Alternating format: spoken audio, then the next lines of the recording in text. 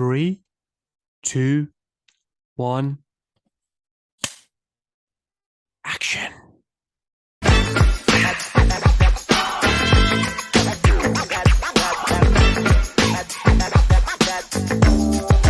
Well, let me tell you something, brother.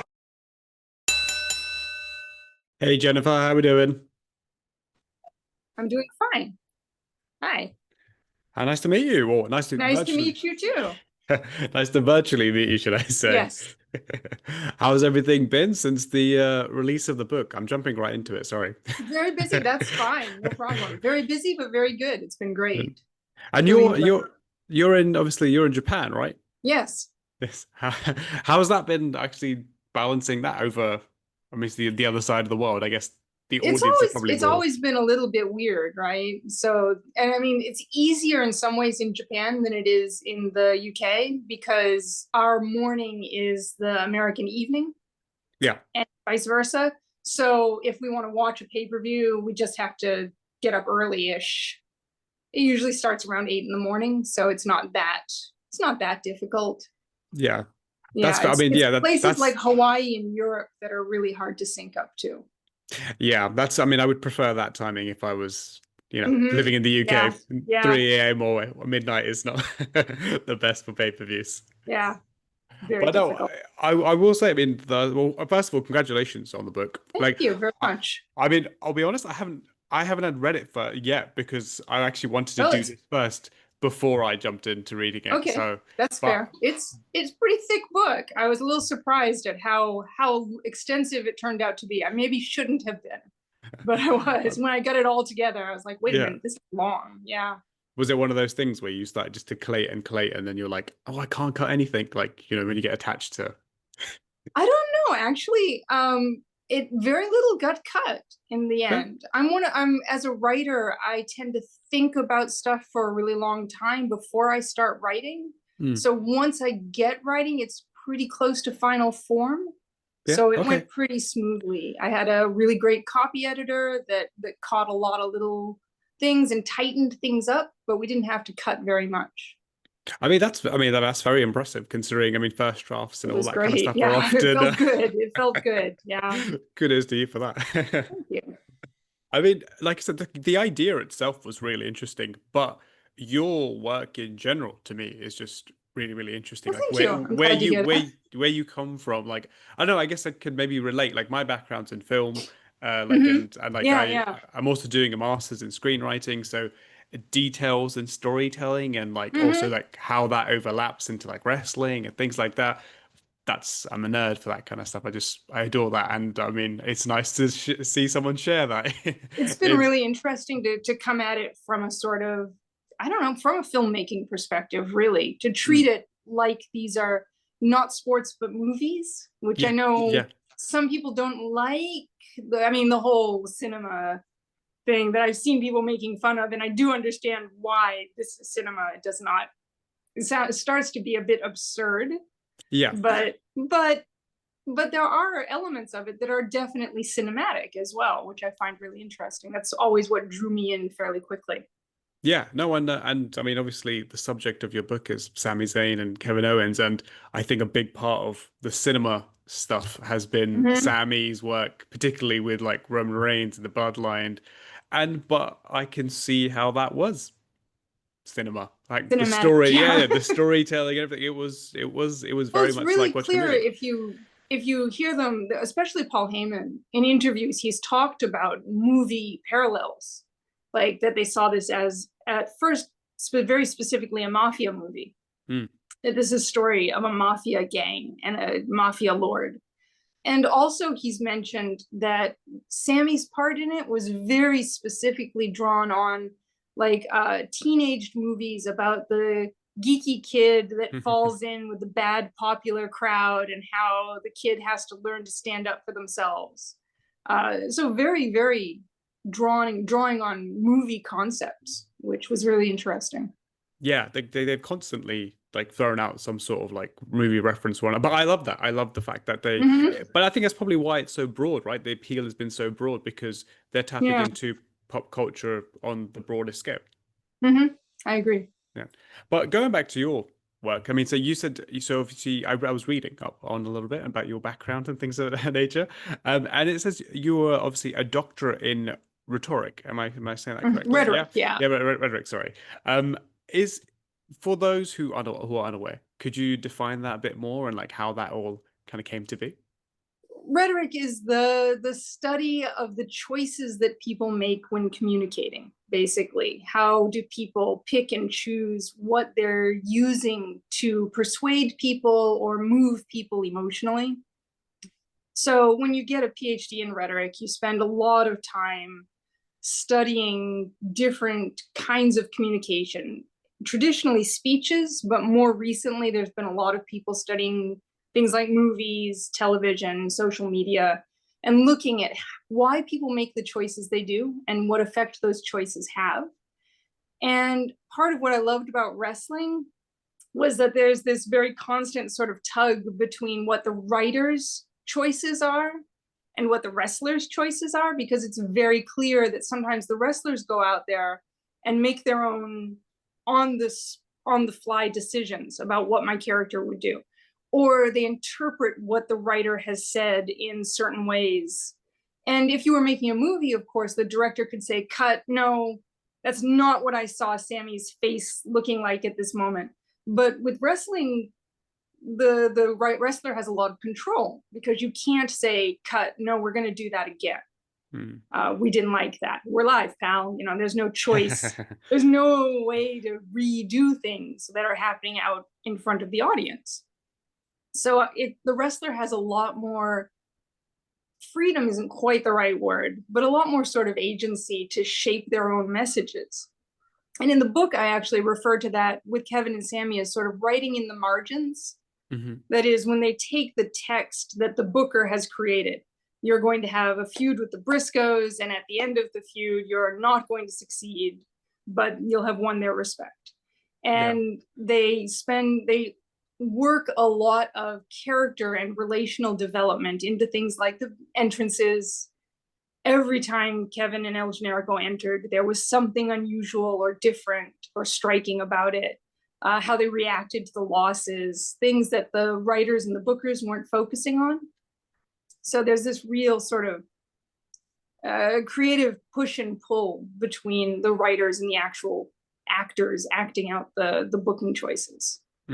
When I mean that is fascinating, and even just again picking up on those small nuances is like, I mean, I read also read, and I believe your book's probably in a similar mold, Zach Haydorn's book about Steve Austin, the wrestling artistry, and like the nuances of things that he picked up, like certain things I was like, oh yeah, I know that, but then Motifs, you know, yeah, there are exactly, themes that go through. Yeah, like that level, I was just like, wow, that's like next level. And I was like, I didn't even know that was a thing. it was really fascinating to watch him trace how these sort of themes appeared in Austin's work and how he expanded on them. It was really well done, I thought. Yeah, and I'm sure. I mean, I haven't obviously I haven't read it yet, but I will. Like, I'm sure you've done the same thing, and even by the sound of it, you've done the same thing. All these little intricacies. But when did your like fascination with the intricacies kind of come to fruition? Like, oh, like I just really love this. You know, everyone has that moment of, I want to be a wrestler, or I want to do this, I want to do that. When was it like, I really love this stuff? It took me a while. For a long time, it was background noise. When my husband was studying for the PhD at the same time as me, he liked to study with some kind of sound playing in the background. And for him, it was wrestling. And I'm one of those people that if the TV is on, I kind of have to watch it. It's very hard for me to ignore it. So I ended up watching the wrestling that he was ignoring. But that was a while ago, and it took me a while to actually, well, for starters, it took me a while to even understand what was happening. You know, the very basic sort of that this is choreographed and scripted took me a while. And it took me a while to really connect with the fact that there was storytelling going on here, because it tended to be really fragmented. I'd watch like a half hour every few weeks, and sometimes it was one show and sometimes it was another. So I didn't really start to appreciate the idea that there were overarching stories that continued until Sami's story in NXT, when he was doing the road to redemption and was gunning for the top title.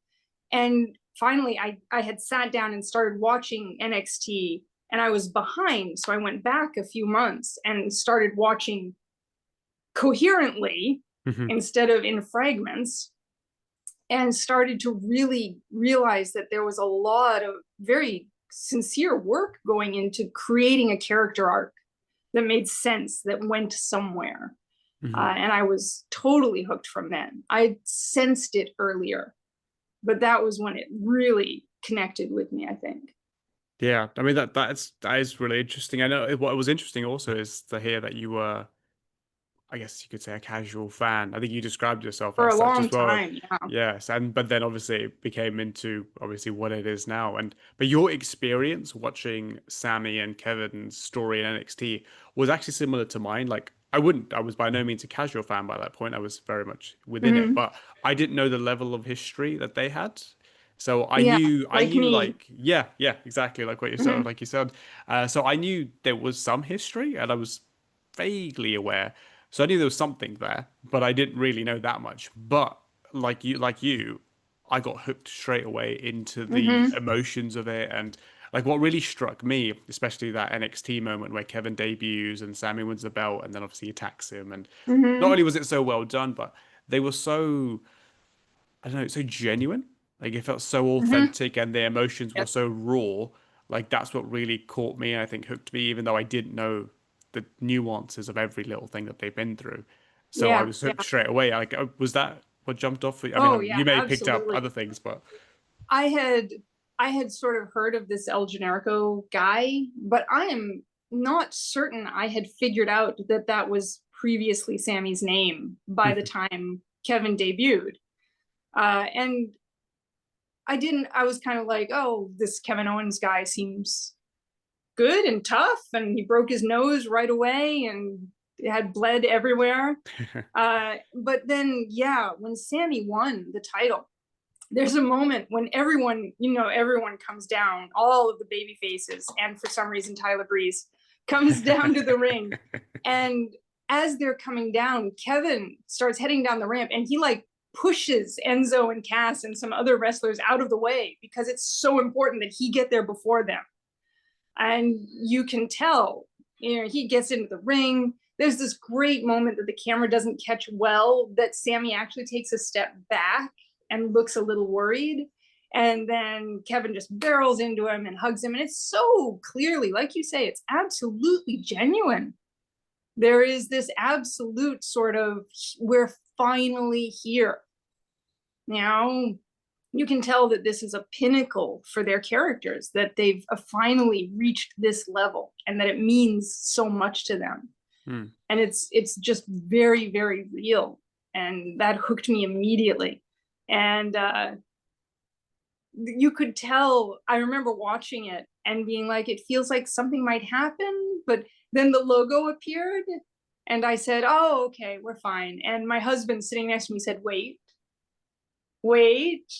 And then Kevin attacks him. I was like, oh, right. Oh, these guys, right. I And that forget was, I forget how far back that trick has. It seems like a Triple H yes, thing. yes, that was The the first logo, time I had run into it. Yeah. because they did it when Punk returned, I think, a couple of years ago at Survivor Series. They flashed the logo, everything was Yeah, ending, and then that's Punk's right. music hits. Yeah, it's clever. Yes, But it yeah, got no, me. but obviously, I was reading some of your. I think I believe you have like a blog or like there were some The articles there. Substack, yeah. Yeah. Yeah. So I was reading some of those, and I mean those date back to like the NXT days and like 2019, 2018, and like obviously everything is more Sami Zayn. I guess Kevin Owens part of it as well. Centric. So was the book almost?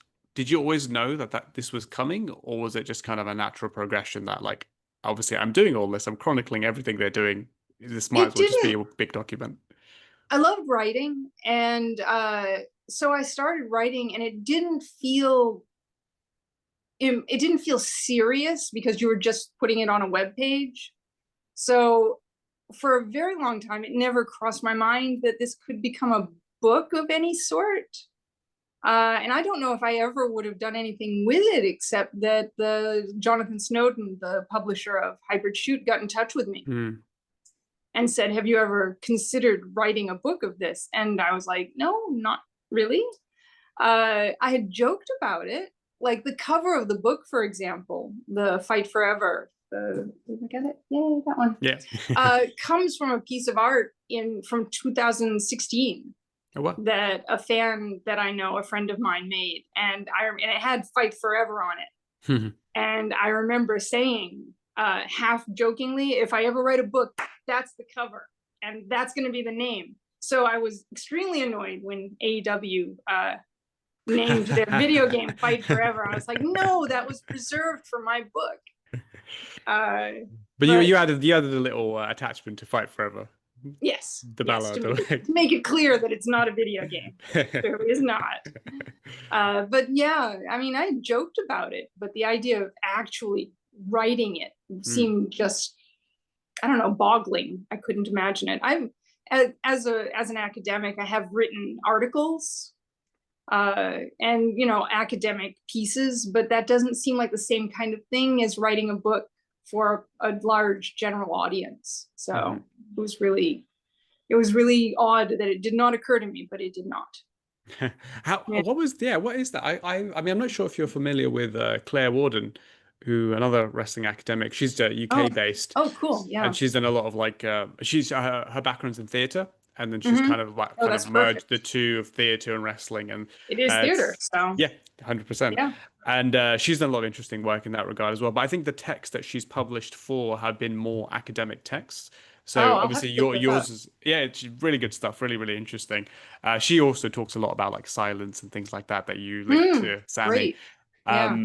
But hers were more academic texts, whereas yours is obviously a broader book for the masses, I guess you could say. Certainly like the mass wrestling audience. So like I didn't even think of that until you said it. What was that like transitioning from, it's not just for this, I guess, niche audience, it's for the casual Sami and Kevin fan? I kind of eased into it. That is, some of the things I wrote for Spectacle of Excess, which is a wrestling webpage. Some of the things I wrote there started with a sort of academic slant. That is, I would start with, this is a bricolage, is the idea of putting things together in a postmodern way to create something new. And that connects to wrestling in this way. So they had a sort of academic base. And so it was just a matter of sort of not being so academic. I don't think I was super academic on the webpage, but trimming that part out of it. And also the webpage stuff, I put a lot of myself into, and my history and my learning to love wrestling was on the webpage, which was really fun to write, but was not what this book was. So I had to ease that out as well to make it a more general audience text. It was a good challenge. Yeah.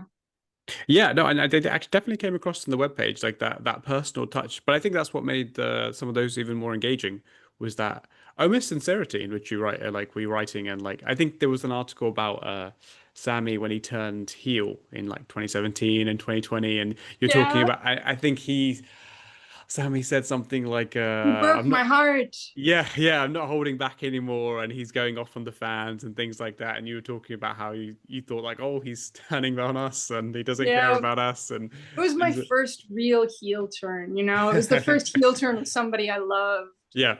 So it was very painful. But I was thinking about that because Cena has said a lot of the same kind of things recently, and all the kids being like, "Oh, John Cena." I guess that first John Cena heel promo when he cuts to that kid, maybe that was you when Sami. Pretty much, yeah. But that was really but in that you talked about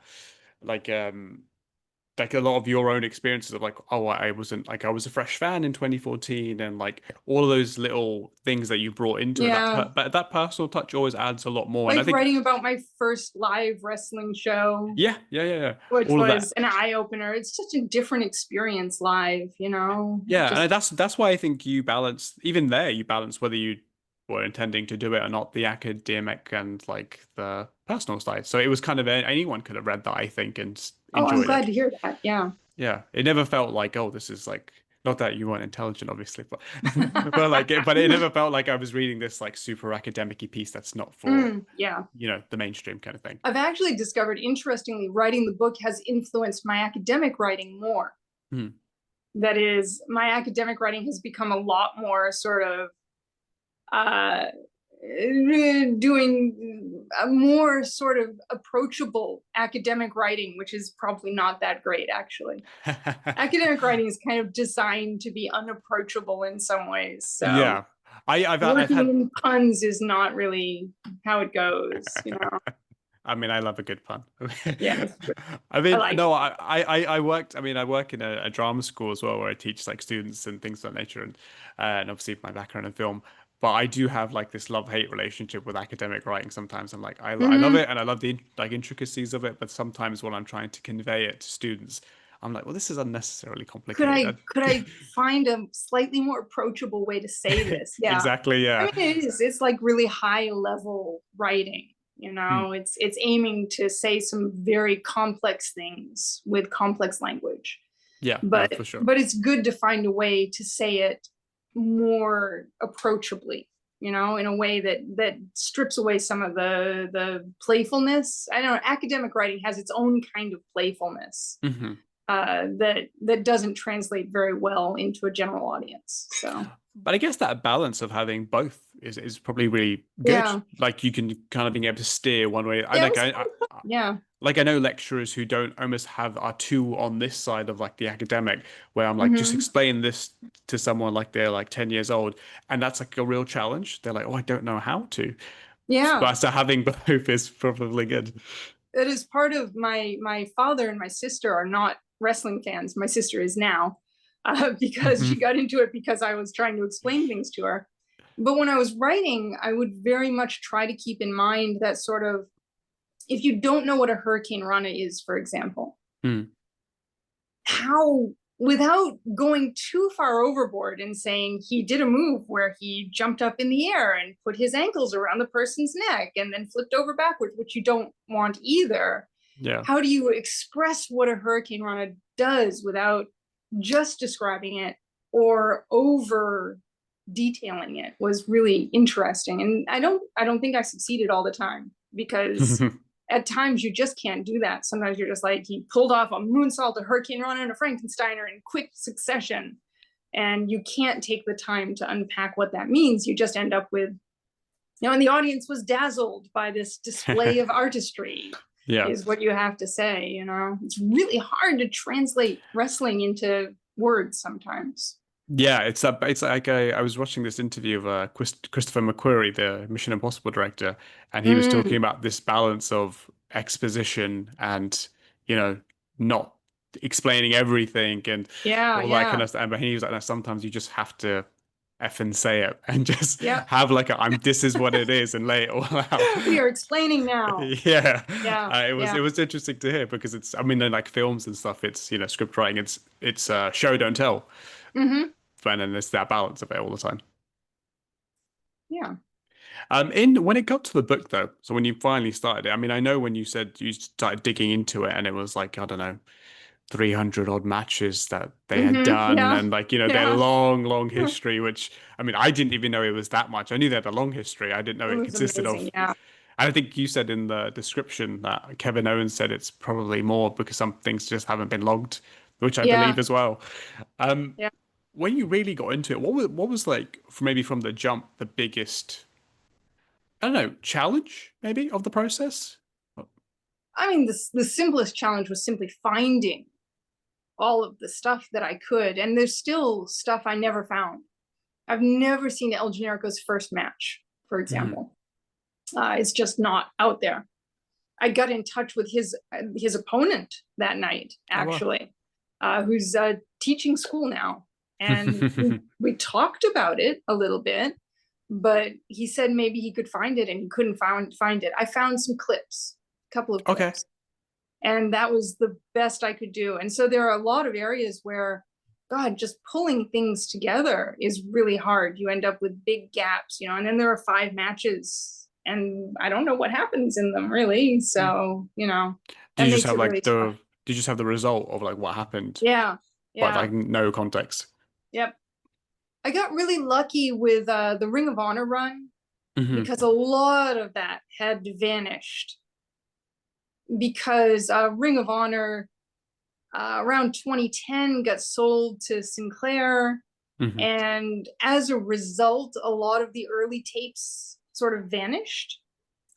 So there was this fascinating sort of treasure hunt, poking around on eBay, trying to find these really obscure shows at this point. And I got extremely lucky because Shane Hagedorn, who worked a lot with Ring of Honor, happened to have a database of all of them. He had files of all of the shows, and he shared them with me. And it was amazing because I realized that I had been guessing at huge chunks of the story based on, there were a couple of DVDs of sort of Kevin's greatest hits in Ring of Honor, but there wasn't enough information there. So after I sat down and watched as much as I could, I was like, oh, there was a lot of nuance here that I was not aware of, which is a kind of nauseating feeling, because you're kind of like, I don't know what else I'm missing. But I had to just sort of reassure myself that if I couldn't find it, probably no one can. So probably no one except maybe Kevin or Sami is likely to pop up and say, oh, you got that totally wrong. This is what happened here and there. So did you ever, was that even like a plausible thing ever to even try to reach out to them? Was that even a actually thought? the very end of the book, there's a coda. Snowden, my publisher, worked for about a year trying to get me an interview with Kevin and Sami, and pretty much when I was done, I handed in the full manuscript, and about a month later got the interview. So yeah, and I was at my parents' house, my childhood home at the time, and suddenly got a message saying, are you free 2 days from now? WWE has finally said yes. I'm like, well, I'll be free 2 days from now, obviously. You know, you don't say, oh, I'm sorry, WWE, I'm just not, you know. Not up to it. How about the day after, tomorrow? Or, you know, can we try 3 instead of 5? No, you clear your schedule. Yeah. So I actually got to talk to both of them for a couple of hours. Wow. It was amazing, obviously, yeah. We had communicated a little bit during the pandemic, for example. Remember, you could pay for roughly 2-minute meet and greet. Oh, yeah. Over Zoom. And so some friends gave me that for a birthday gift. So I got, a couple of little chances to interact with them, but that was a whole block of time, and it was amazing. Did that, I mean, first of all, awesome. I'm really happy for you that you got that. That's really, really cool. It was wonderful, yeah.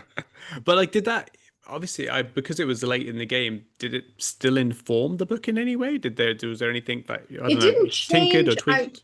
I was extremely happy to find out that, as far as I could tell, pretty much it meshed with what I had said in the book. Wow. It did. I added some stuff at the end talking about Kevin and Sami's relationship with El Generico, which was really interesting. As it turns out, I had always assumed that Kevin was fine with saying goodbye to El Generico, because when you asked him for years and years, if you asked, hey, Kevin, where's El Generico? He'd say he's dead. Just really bluntly. He'd say he died. He got shot in the head in Mexico. Or he died in a fire. He would make up. I think I've seen little clips of that for El Generico. And so I, being the very gullible person I am, took that at face value that, oh, he's happy that El Generico's gone.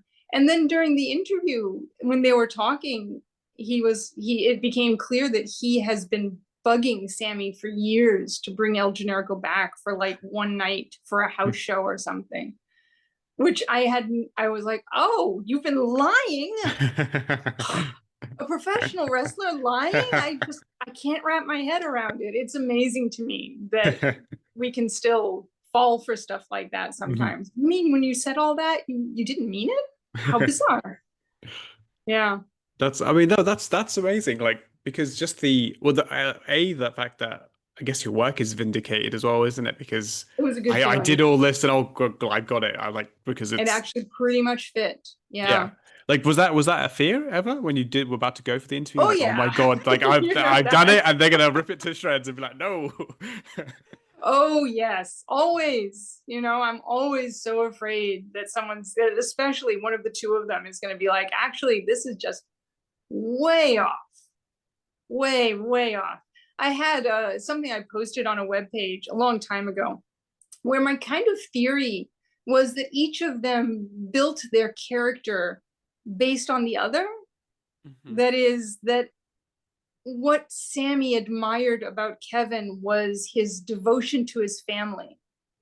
And so what El Generico got were all these orphans that he was taking care of at a time when Sami didn't have any kids, and he admired that about Kevin.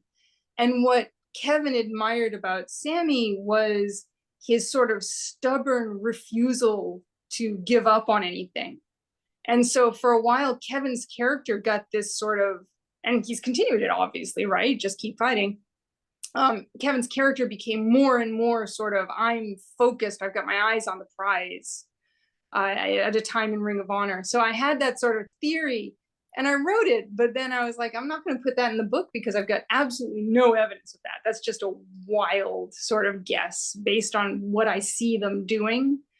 But that was something that I felt like if I put it in the book, I'm pretty sure one of them could be like, well, that's cute and all, but no, I never really worried that one of them would be like, this is stupid and wrong. But I was a little afraid that one of them would be like, well, that's a charming theory, but you are really overthinking this. Yeah. Which probably there are things that I am overthinking, but they've always been kind enough not to pop in and say, no, you're overthinking this.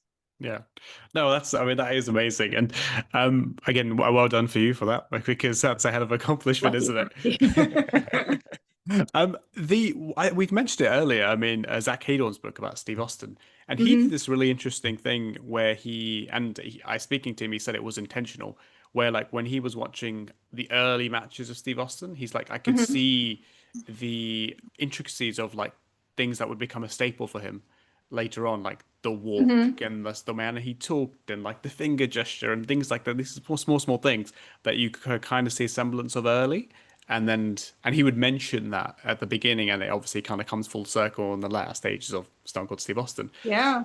Did you find things like that? Like when you were doing this, that you're like, there's I this. didn't do it as clearly and explicitly as he does, which I have regrets about now because I really like how his book is structured.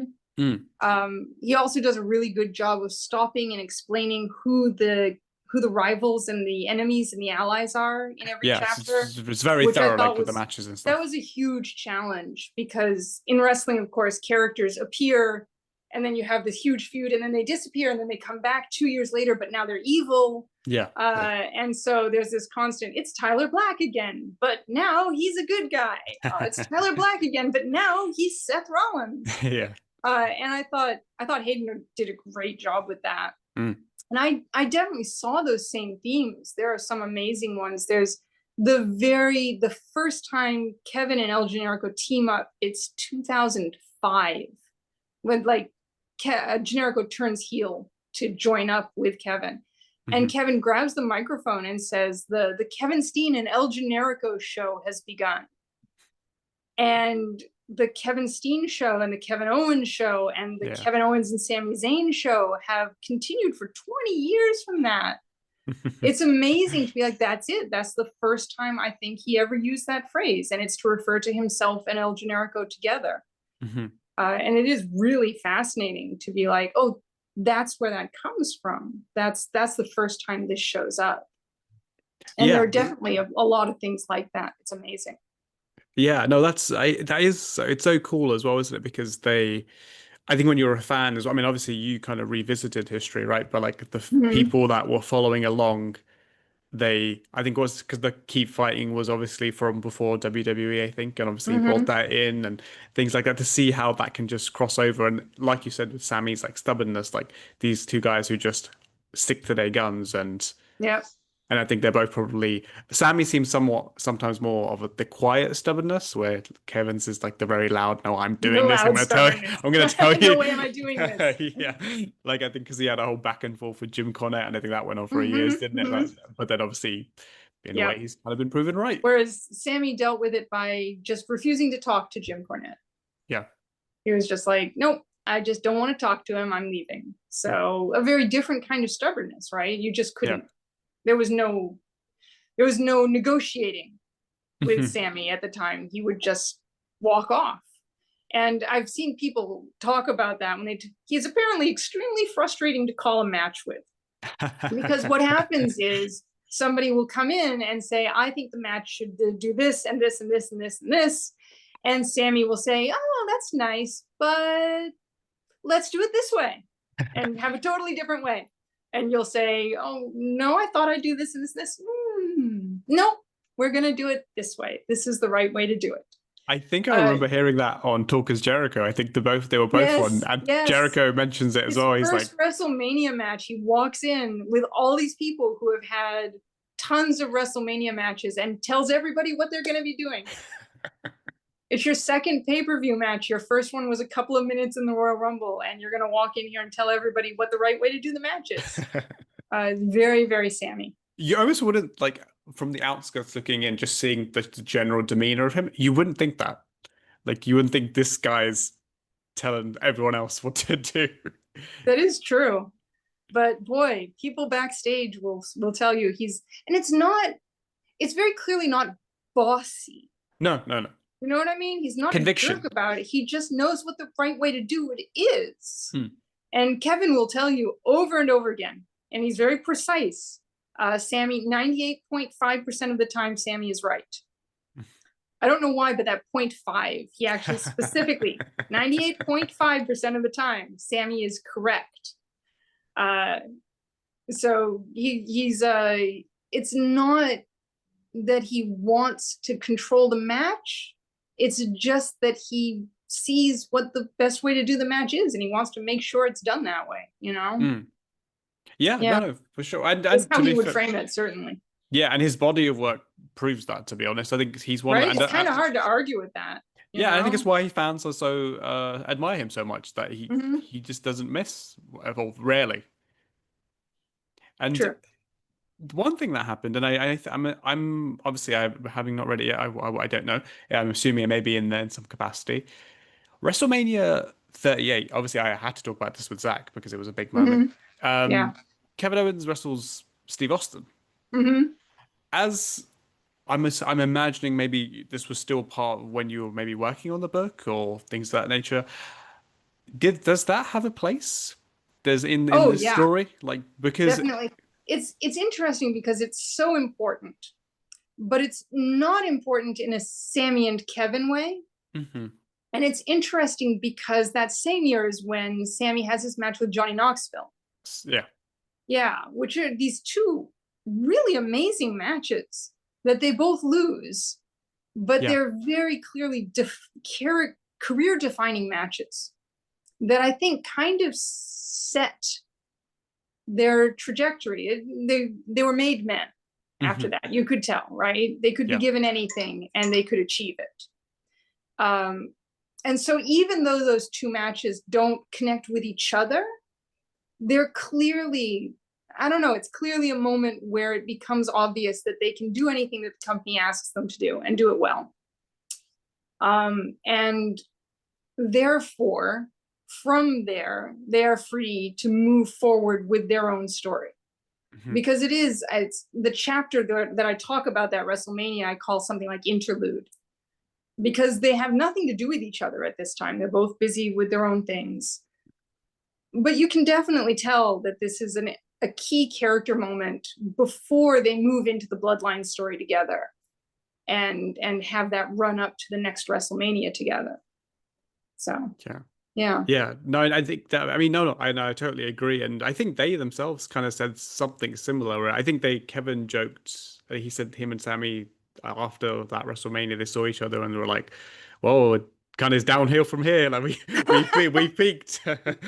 Certainly for Kevin, I think he still stands Yeah. by that. Oh, Like, he has said many times that nothing is going to ever compare to main eventing WrestleMania with Steve Austin. You yeah, know, because I his think dream.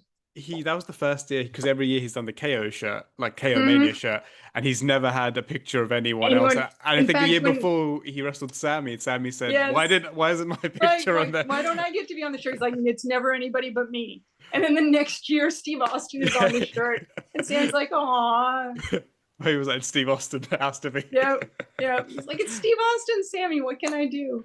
But I remember watching it because I'll flip it on them when I watch that. I'm Steve Austin's my guy. Steve Austin is my all-time favorite, Mhm. childhood favorite. I adore, and I was talking about this with Zach, and Zach actually shared my sentiment. When I was watching it, I was like frightened because I was like, "Don't ruin it." Or like in terms of don't ruin your what Yes, we yes. remember of you in terms of Steve Austin. I Hmm. was like, he had It's that poet. always such a fear. Yeah. Yeah, and he had that poetic ending with The Rock, and it was, it wasn't Hmm. the greatest match in the world, but it was a really good match, and it had that, because it was The Rock, it had all this special significance. And then I was, so obviously it was starting. I was so excited, but I was so Oh, nervous because I was like, yeah, please don't go yeah. wrong. But Hmm. as it was obviously going on, and it was great. But then my admiration for Kevin, and I love Kevin by this point anyway, just grew because as like a Steve Austin guy, I was like, oh, you're making sure he looks amazing. Like you can Yeah. see, it's just so painfully obvious in a great way. He's going Hmm. above and beyond for Steve Austin. He's doing everything for Steve Austin. Austin has said elsewhere that he's just beating the crap out of Kevin, Yeah. basically. He's like, I wasn't working very well, and Kevin was just like, "Yep, just keep hitting me, man." It's often that sort of, how do you make this assault and this violence look believable? And the simplest way, of course, is just to actually hit each other. Yeah. That's when it comes right down to it. The most realistic would be just letting Steve Austin punch you a bunch of times. Yeah. And I think it was in the interview with Zach. Steve said that he was like, he realized he was potatoing yeah, Kevin. So, and he was like, I was waiting for Kevin to hit to me give back him a because that's what you do. receipt. Yeah, but he never did. I can just imagine Kevin being like, "No, no, I'm not gonna do that. Are you crazy?" But yeah, no, it was a great thing, and it was a great memory for many Yeah. reasons, I'm sure. It was Um, really interesting in the lead up to it, of course, because you remember suddenly Kevin hates Texas yeah, for yeah. no reason. It's this incredibly transparent. I don't know. I just hate Texas now. Okay. And of And course, in the and to be lead fair, up, no one could have pulled that off except for Kevin. it's true. Absolutely. And in the lead up, obviously, most people were saying, he's just gonna come out and do a stunner Mm. and drink some beer.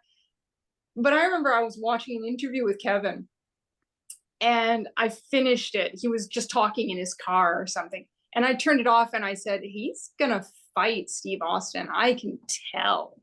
You could just see it in his eyes. He was overwhelmed with joy.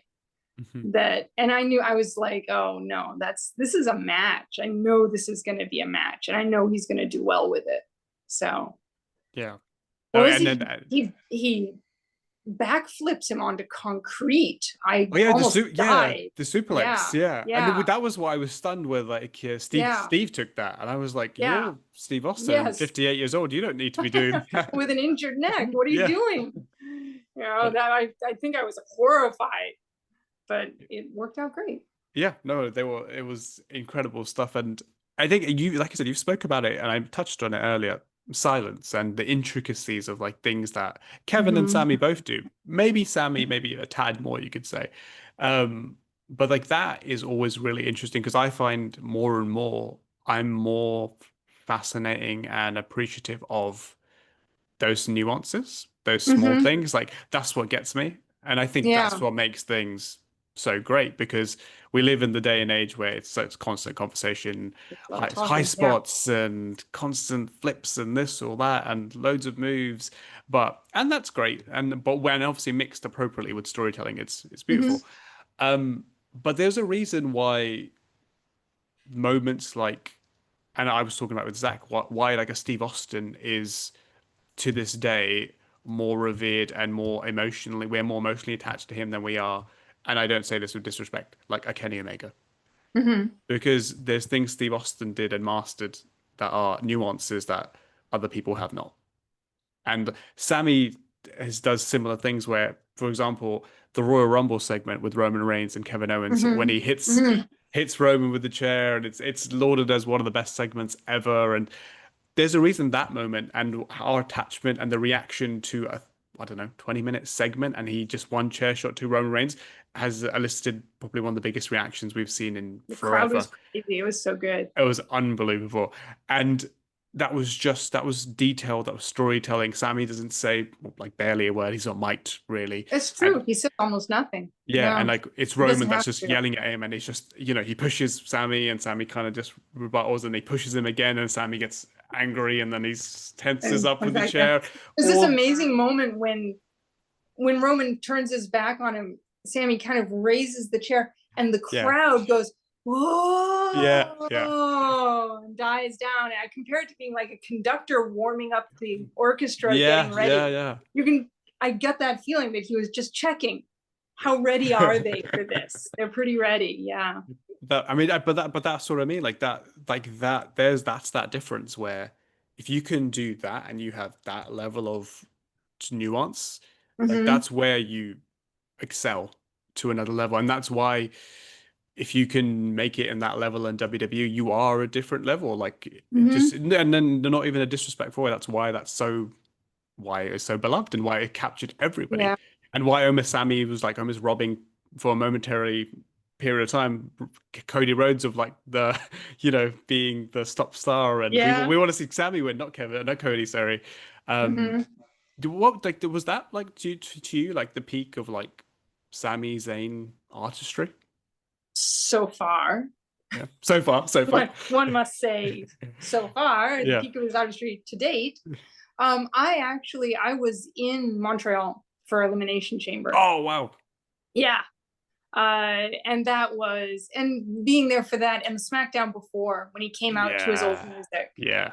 was really magic. And you could tell it. Part of what I find amazing about Sammy was that you could tell losing to Roman and having to sort of absorb the disappointment of the audience was really psychically hard on him. Hmm. Not because, I think truly not because he's mad that he didn't get to beat Roman. Obviously, he wanted to beat Roman, but but I really felt like having to feel everybody be sad was really hard for him. He's really, really sensitive to how the crowd feels. Hmm. And I think watching everybody, having to feel everybody just be really sad. You can tell when he went backstage after he has this interview, the press conference after, and he's practically out of it. He's like, I just feel really weird, and I made everybody really sad and let everybody down. And it's painful. He's very, very open and receptive to how everybody feels, which I find really interesting. Yeah. No, no, Yeah. and it was, to be fair, that was one of the first, I think, matches I was as a fan in for a long time that I was so emotionally engrossed into, the sense of like I Yeah. desperately wanted Sammy to win. Yeah. And Yeah. like, and it really, it did bother me when he didn't win. And I like, not in a bad way. Like at the end of it, I was just really happy You that I weren't was, mad. You were just no, sad. Yeah. yeah, because it was like fairy tale, and you were like, you want the Hmm. fairy tale to come true, and you know, it worked out I fine, was obviously. I had some armor on this one, which is that I wanted Kevin and Sammy to win the tag championships so much that a small part of me was kind of like, but if Sammy beats Roman, that's not happening. Yeah. So I had a sort of, but when I was watching the match, obviously I was just 100% in for Sammy. But when it was done, I was like, oh yeah, that's right. I want him and Kevin to win the tag championship. So it's okay. It's okay. Yeah. So I had that, but boy, that night there was just so much. I'd never experienced that much emotion in a live audience. Yeah. Just really palpable. Just really, you felt like you could feel it in the air. It was amazing. Yeah, and to Roman's credit, he was like the brilliant foil, as he Yep. was the whole time in that storyline, like Oh, to Sammy's character. And I think that was the first time I recall that, like Sammy brought his wife and stuff into the yes. Yeah. like because he had never done that. I think you mentioned that as well, where like Never. Kevin was quite public with his family in like Mm-hmm. ways where Sammy never was, and like and Yeah. that was the first time Sammy kind of brings that in. And I mean, they play a wonderful part as well because Roman's like messing Yeah. with them and things like that. Yeah. His wife's very emotional. I don't even know if she's acting there, to be fair. She's just very into it. Yeah. I mean, I'm sure she could feel the audience as well, If Sammy makes it really easy to get caught up in the moment.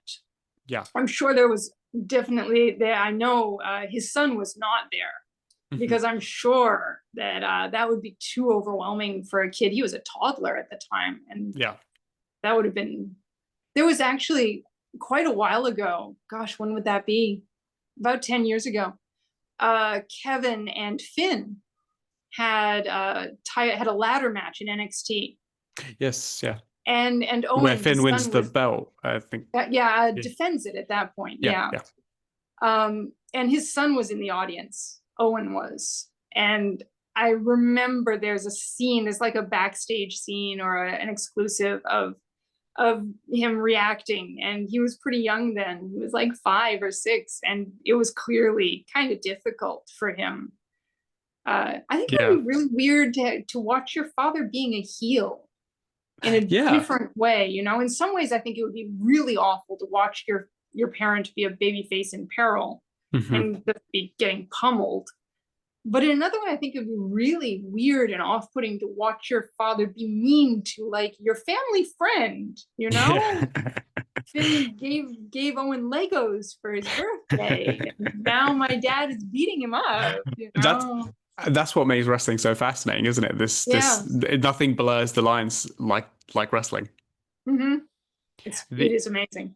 you and obviously you mentioned that it leads to it will worked out fine because Sammy and Kevin had one of the greatest main events and moments in WrestleMania history Mm-hmm. when they won the belt and everything was the match was incredible, the story was Yeah. unbelievable, the culmination, it was just yeah, it was really it was such a high. What was that like for you?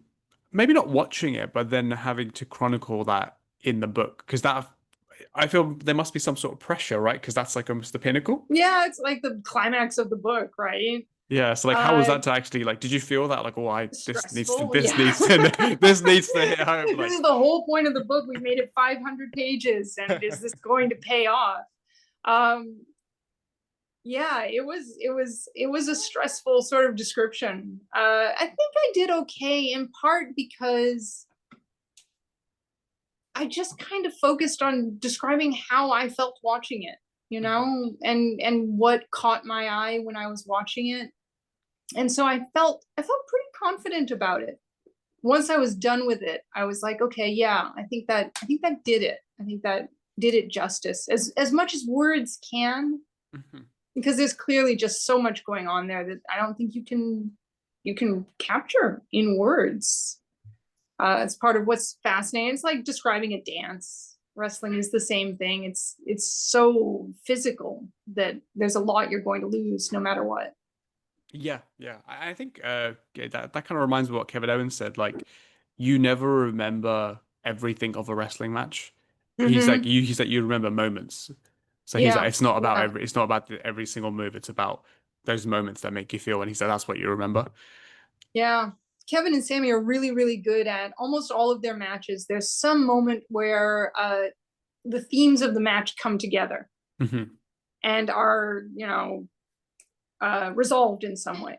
Yeah, And so it's really nice to be able to watch for that. I mean, obviously, if you remember their battleground match, speaking of silence, yeah, the yes. moment where Kevin falls onto Sami and Sami just sort of holds him and looks at him is this it's this long, it's like 30 seconds, which is forever in a wrestling match. Hmm. And they just let it sit there being totally silent. It's amazing. And Hmm. I actually struggled more with that, I think, than with the main event of WrestleMania, that specific moment, because they keep coming back to it. Hmm. And I always have found it very difficult to put into words what Sami's going through. in that moment. There's a lot going on there, you know? Yeah. And I've always struggled to put it into words. I'm I'm still not. sure I'm sure you've done must have done a pretty good job at least, because obviously you got the stamp of approval from Kevin Owens in that amazing That was video. amazing. Yeah, like that was. Yeah. I mean, I watched it, and obviously your excitement was. I mean, obviously justified. It was incredible. But I also read an interview where you talked about through the process of writing the book, like everyone who's kind of written something kind of hefty and big, will have experienced that. Oh, I don't want to do this anymore. Oh, it's not going to come. You know, those moments. Not And happening. and then your husband was like, no, no, you're doing this for Sami and Kevin and giving him this chronicle of everything they've done, and you kind of saying like, oh, it was a bit That's far-fetched of a nice. thought. That's sweet, but okay. And Yeah. then how poetic it was that Kevin literally says kind of what your husband said, that you've Yeah. given them everything in one space and they can show this to their kids and read it when they're older, etc. You can't do that, What honestly. is that the pinnacle? Is that Kevin Owens said about his Yeah, it Steve was my Austin match? WrestleMania. Yeah, like that was it doesn't get better than that kind of thing. That is exactly how it felt. That's sort of, oh well, that, you know, that's you. I've written a book that took me like a decade to research, because I have been researching it for that long, even if I haven't been writing it that long. And the person I wrote about it said it was good, and that's, you can't beat that. That's my WrestleMania moment. Yeah, I mean, it must be kind of beautiful in a way, because almost like no matter what anybody says now, you're like, well, I got that stamp of approval. It doesn't matter. Yeah. I have told myself that, because you know, like all writers, I'm very thin-skinned. Like, okay, I'm gonna get some really bad review at some point and it's gonna really crush me. And then I was like, well, but then I'll rewatch Kevin, you know? If I get a really bad review, I'll just go to Twitter and watch Kevin again, and then I'll be like, oh, okay, you didn't like my book, whatever. So it's fine. Yeah, no, 100%. And there's no better, I guess, safety net you could say than that. Yeah. I may have missed it if he has, but have you heard from Sami at all in terms of, has he given any feedback on the book? You know, it's a funny thing, because across the years, Kevin has occasionally retweeted me or responded to me when I've said stuff. And now and then we've DM'd a little bit. Just, you know, I'd write him and saying, oh, thank you so much for this match. It was so great. And he'd respond with, thank you, your gifts are great, you know. So that's always been nice. But I've never communicated directly with Sami. He's retweeted a couple of things, but again, that same sort of, Sami's super, super private.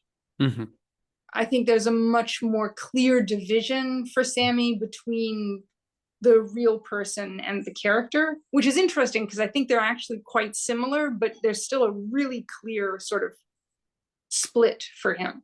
And you don't cross those lines. I get that feeling. Yeah. Yeah. No, that's so fair. Not so much. Yeah. That's fair. I mean, to be fair, I mean, if Kevin has that feeling, I'm probably sure Sami probably would share the same sentiment. I'm hoping so. Yeah. They disagree about a bunch of things. That's true.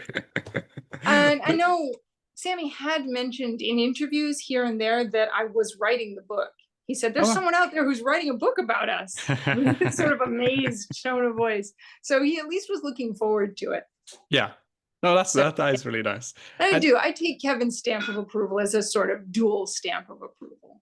Yeah, I'd probably say that's and I'd probably Sami's stamp of approval is the fact that there was that excitement that you're writing a book about them, like, because it's probably, I imagine we'd all be in those same shoes of like, oh, you're writing a book about me, like, why would you, you know, we all have that feeling if someone was doing that, I imagine. Yeah. There was one thing I did want to bring up, actually. It was an old article that I mentioned earlier. And in that, you jokingly, of course, say that you committed blasphemy because you were criticizing Sami Zayn's promos once upon a time. I think I have the quote here. What did you say? I think it was from about his NXT promos, because you said he did really well, like it was really good stuff. But then you said, I feel like he was often holding something back. I feel like he still struggled sometimes to fully spontaneously engage with his character from its depths. And then obviously you kind of joked about saying that was how could I say that? Yeah, that was blasphemous. Yeah. About my favorite wrestler. And which is interesting, because I would have never even thought that. But and then going back to like that build up with Roman Reigns, he had that promo with Cody Rhodes, which was incredible. Do you feel like that, almost like if we're gonna go in like the little arc there, like that promo is probably what you said he wasn't able to do in NXT? Yeah, yeah, I like that. That's great. You know, because at the time when I was writing it, I was thinking a lot about his heel work. And I Mm. think that's in a whole essay about his heel work, and Yes, yeah, yeah.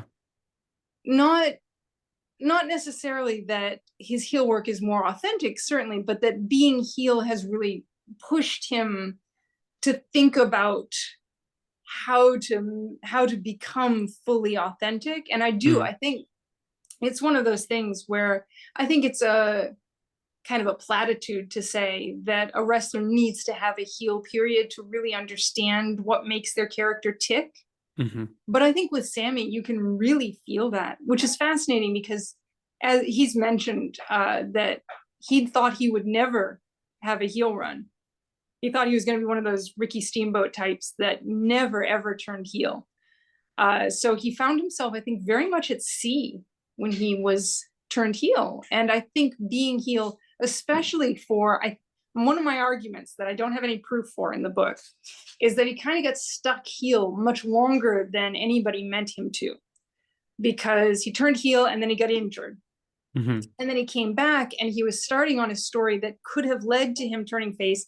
And then the pandemic happened. Hmm. And there was no turning him babyface without an audience there to react to him turning babyface. So he was kind of Yeah. stuck for a while. And I think it really forced him to think about where his character was going. And I do think some of that with Cody and with Roman is kind of the coming to fruition of all of that. So Yeah. I think it really helped him figure out who his character was, you know? Yeah. No, no, I agree. And then actually I didn't even think about that. Yeah, he was like heel for like 6 years, Five maybe. years, five Yeah, or five, six six years. years. Yeah, Yeah. yeah. Yeah, that was He yeah. ended up for a while there, he had been heel longer than he had been a babyface. Yeah. Yeah, which is pretty amazing for somebody that, and the when he talks about it, he's on the Edge and Christian podcast, Hmm. and they agree. They're like, we thought you were a unicorn. Yeah. That's the term they use. They were like, we thought you would never turn heel, and here you are. You know, they were just, everybody seemed to feel that way. Yeah, no, he did have that Ricky Steamboat vibe where you're like, you just Yeah, can't be, yeah, you can't be bad. yeah. Um, but I mean, I guess no one can. I mean, when John Cena can turn, everyone turns. Anyone can do it. Yeah. Like yeah, no, that is yeah, that is really interesting. And you, this was kind of caught me off, not caught me off guard, but I found it very funny that someone asked you this question in a recent interview. Someone asked you who would play Sammy and Kevin in the movie of Sammy and Kevin. And I thought, oh, do I had it? Who did you say? Oh So goodness. I've decided to go very young. Yes, you did. So You I were was thinking more of focusing their on like early days. early Yeah. 20 somethings. Yes. Yeah. And you said, I think it was, I think I have it here. Oh, Joe Locke yes, for Joe this Locke thing. was Sammy. Yeah. Yeah. And who Now I did can't remember. Mulvern. I don't know him very well. I just went out looking for young, arrogant jock types and ended oh up with yeah. him. I had it noted down here. I swear. Where did we have this? Where did we have this? Oh, maybe I didn't. He's in a movie called The Boys in the Boat. Yeah. Before. Yeah. No, yeah. He's See, quite good. yeah, so they yeah, so that down that interview they stole that question from me, but Oh no! no, I'm joking. But it was interesting You to can hear it. force me to go older. No, and I mean I know that, but I actually have a spin-off question to that actually, Okay. because that was interesting to see you go younger, and I was like, okay, that's because you were thinking of it through the whole story, but Yeah. if we're chronicling the whole story of them two in a movie, how does it start? How does it end? Gosh, so what would be like the opening scene? I think the Yeah. opening scene has got to be. See, it feels like the movie would kind of have to be from Kevin's point of view to some extent. And I feel like it's got to start with Kevin in Rougeau's wrestling school being really bored. That isn't really a great beginning to a movie, though, is it? With a character being bored? I mean, I guess if you elaborate and explain why? Maybe it could work. Okay. I suppose you'd start with a match, Yeah. right? Obviously. I would want the first big scene to be when Kevin first sees El Generico wrestle. Hmm. When he sneaks out of the wrestling school, basically, and he's been told he cannot go to any indie shows, but he basically sneaks to this wrestling show and just flips out about how great El Generico is without ever having particularly talked to him much, is probably where I'd want to start. And then I could move backwards from there. That would be a great beginning. Yeah. It doesn't always have to be in like an order, does it? Like, yeah, because you want to start with an action sequence of some sort. You want to start with something wrestling based. Yeah, because I'm obviously I mentioned earlier I'm currently doing my masters, and as obviously by name of this podcast, my it's film and wrestling overlap. So even in my work, it's obviously wrestling kind of ties in a lot. And in the script I just did was for an assignment, my lecturer was like, "No, you should start the film with." Well, I had a wrestling sequence in there, and he was like, "No, you should start with that," because he's like, "It's wrestling," so he's like, "You have to kick it off there, and then you're gonna go into the other stuff." And I was like, "Well, actually, that makes a lot of sense." Yeah, definitely. I like the idea of starting with a match of some sort. I feel like I could guess your ending, but I'll let you say it before I let you say it before I gotta guess. end with WrestleMania. Yeah, it is. You gotta end with that moment. Because, for example, the tag run, while it actually had some really good matches, it doesn't add to the story that much. If the story is about like I say on the back cover, can we succeed together? yeah. Or are we stronger alone? I mean, finishing with the main event of WrestleMania has got to be the end of the movie, right? Yeah. And it's a very cinematic match too, so it'd be great. It's a Rocky story, isn't it? Yeah, it's perfect.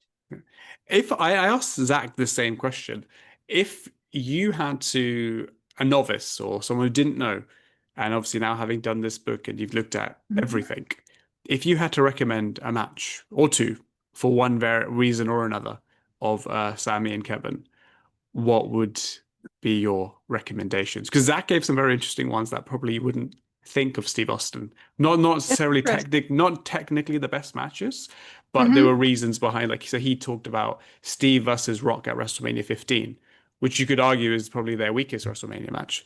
But he said it was peak Steve Austin. So everything that the pomp and circumstance that went along with it was why he picked it. And then there was another match which was it was actually Steve and Rock again, but it wasn't really a match. It was just Steve facing all the Nation of Domination and them just beating them up, and it was just chaos. But the crowd were just going crazy. So he kind of picked it more on that front to showcase the magnetism, if you will, of Steve Austin, which I thought was really interesting. But how would you go? What would your recommendations be if you had to coax someone into it? It's hard to go wrong with Battleground, which is the end of their first big WWE feud. Yeah. And really, I think defined a lot of what happened going forward. I think they might actually, I think the two of them prefer Payback, which is the match before that. Oh, yeah. But I wouldn't recommend it to a newbie just because Kevin wins. And that doesn't seem like their dynamic.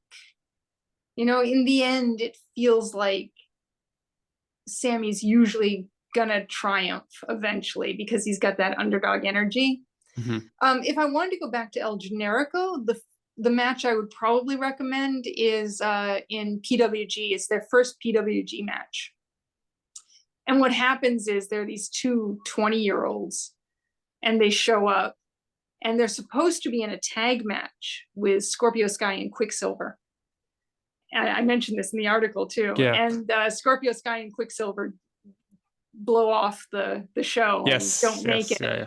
So they have to wrestle each other. And in part because it's impromptu, you know, they don't have days to think about it. They put this match together, and it's perfect in that it tells this incredibly clear, understandable, accessible story about this huge bully who thinks he's going to get an easy win over his weirdo friend and finds out that his weirdo friend is actually much stronger than he thinks. And it's like, well, there it is. That's their feud history in a nutshell. That's always been the story. You know, Kevin thinks that El Generico or Sami is going to be a walkover. And as it turns out, no, El Generico or Sami has hidden reserves of strength and will and eventually overcomes him is basically their story in a nutshell. Yeah.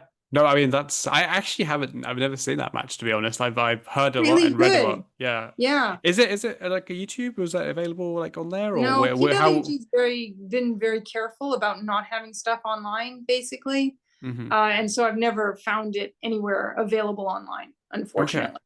I will try it, see if I can Really if I can good. have any luck to It is dig really into. good.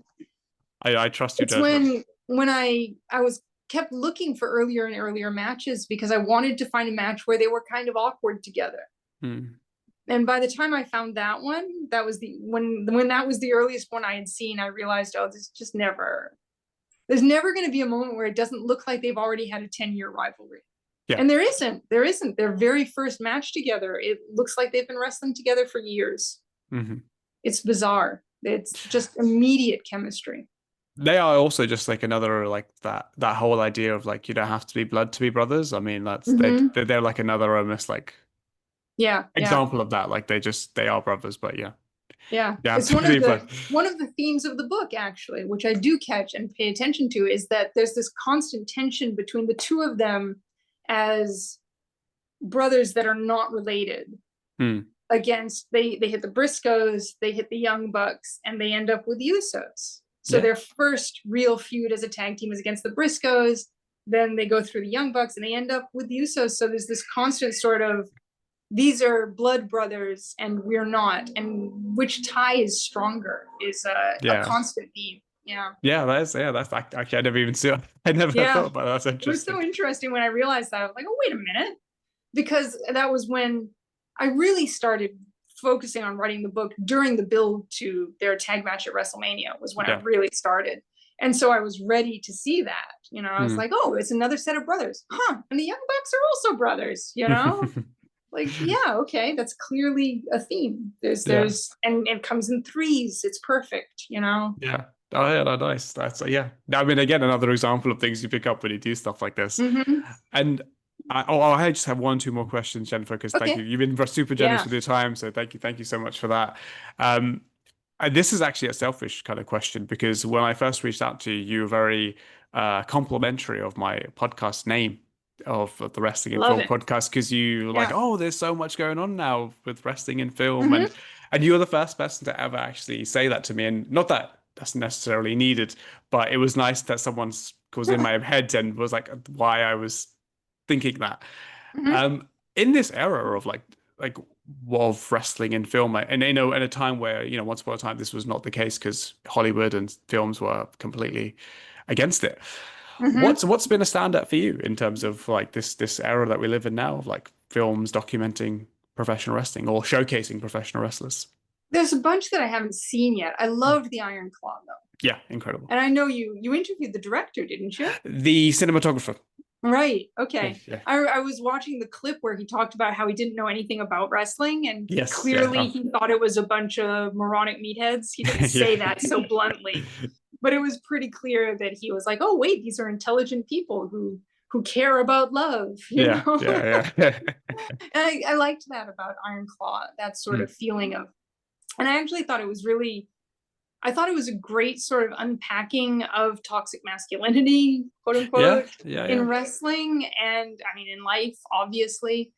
And that's sort of the tension. I think one of the first things that really drew me to thinking about things like that in wrestling was there's a Bret Hart quote where he says, there's something really beautiful about wrestling because it's a brotherhood of big, tough men who look like they're hurting each other, but are really taking care of each other.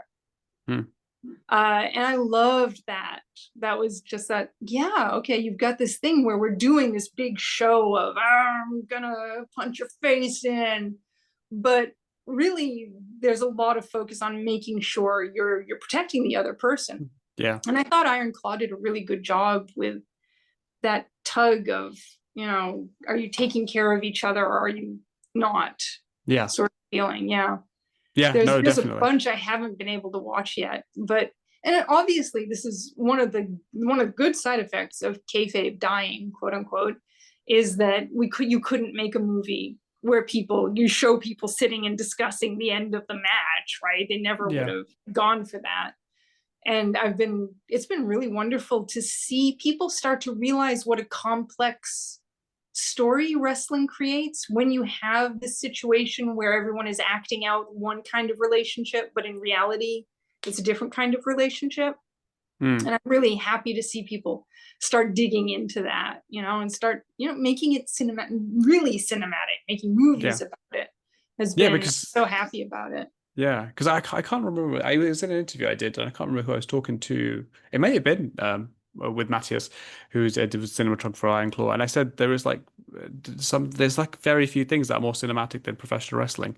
Yeah. Like that can easily just go and just naturally just be in film and be so lavish and things of that nature. And yeah, no, I totally agree with you. It was a wonderful film, and it was we're living in this very wonderful golden age, which I hope carries on in many ways. What would you recommend? You've obviously seen a lot more of them than I have. Which one would you recommend? If other than Iron Claw, what would you recommend I watch next?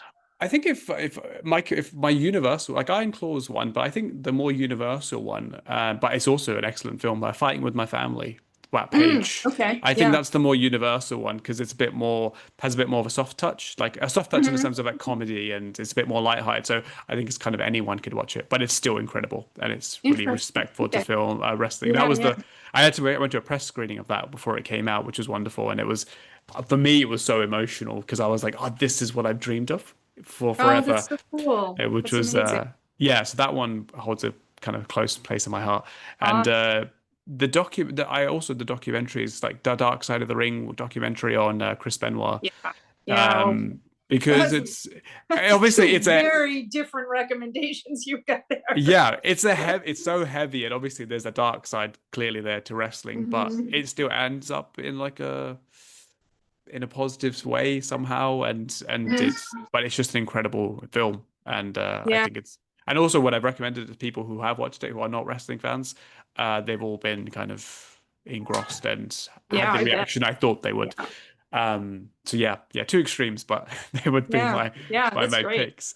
And just lastly, any just final thoughts about that you'd want to share about the book and about yourself and your work, and before we close out, Jennifer, the kind of floor is yours.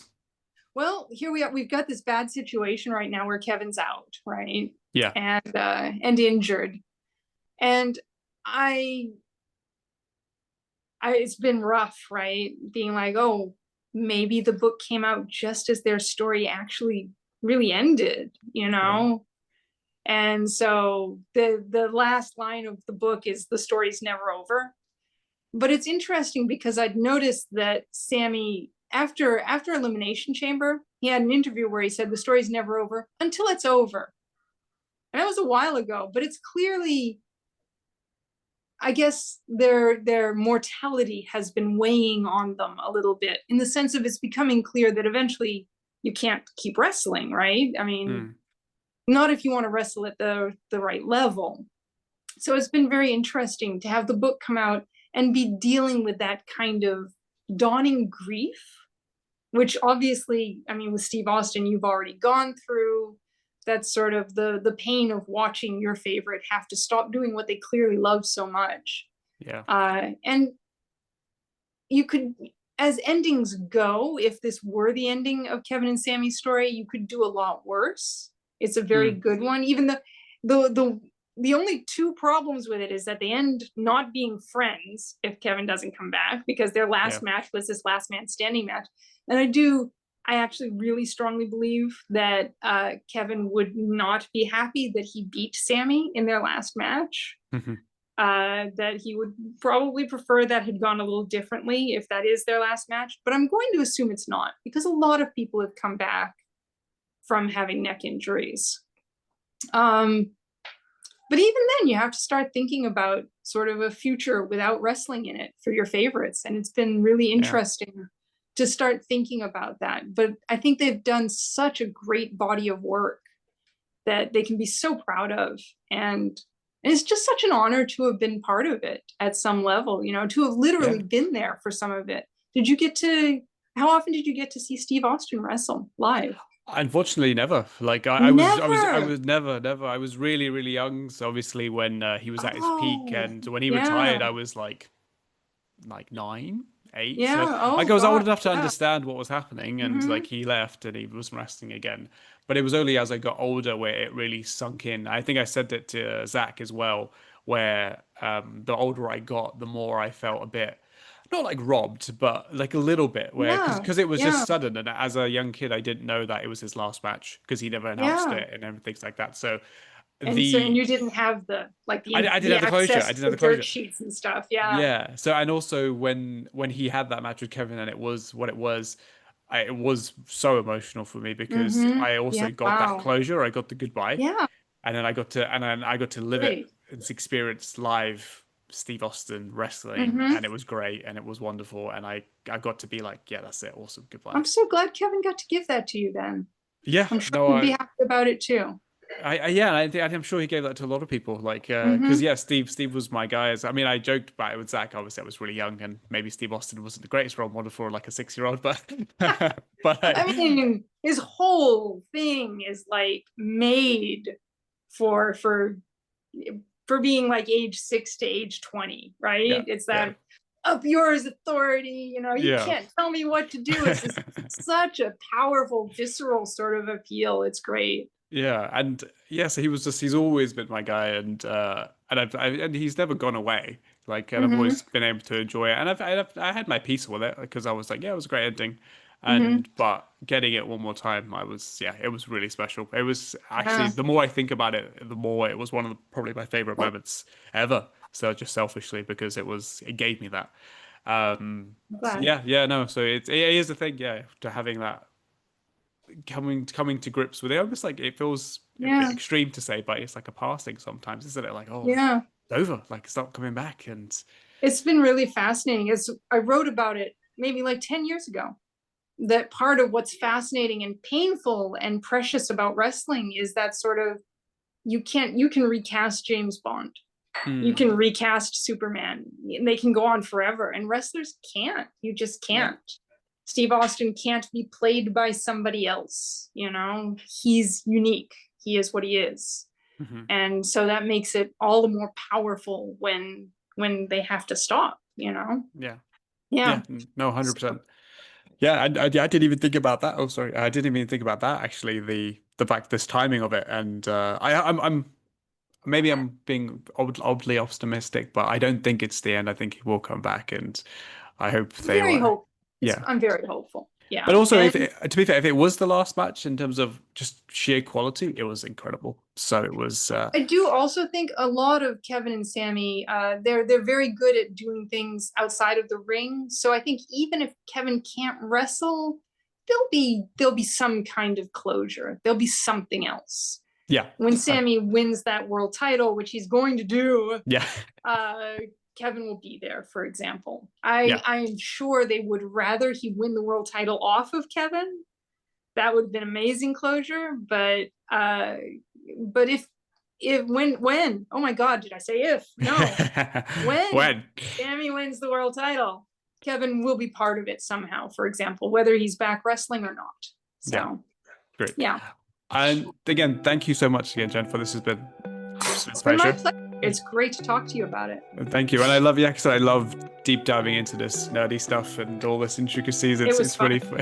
it was fun, and I hope the book's going really well for you, and I hope it gets the success that I'm sure it deserves. And once I dig into it, I will definitely hit you up. Let and me be know what you think. I yeah. want to know. Yeah. I'm very excited to read it, and hopefully we'll do part 2 this someday, and maybe Yeah, that would be great. I'd love that. not if when Sami wins the Yes, belt, when? No, we'll we'll talk again. Okay. Thank you Sounds so wonderful. much, Jennifer. Yeah, thank you. Thank you. I'll leave you there. Thank you so much, and all the Okay. best.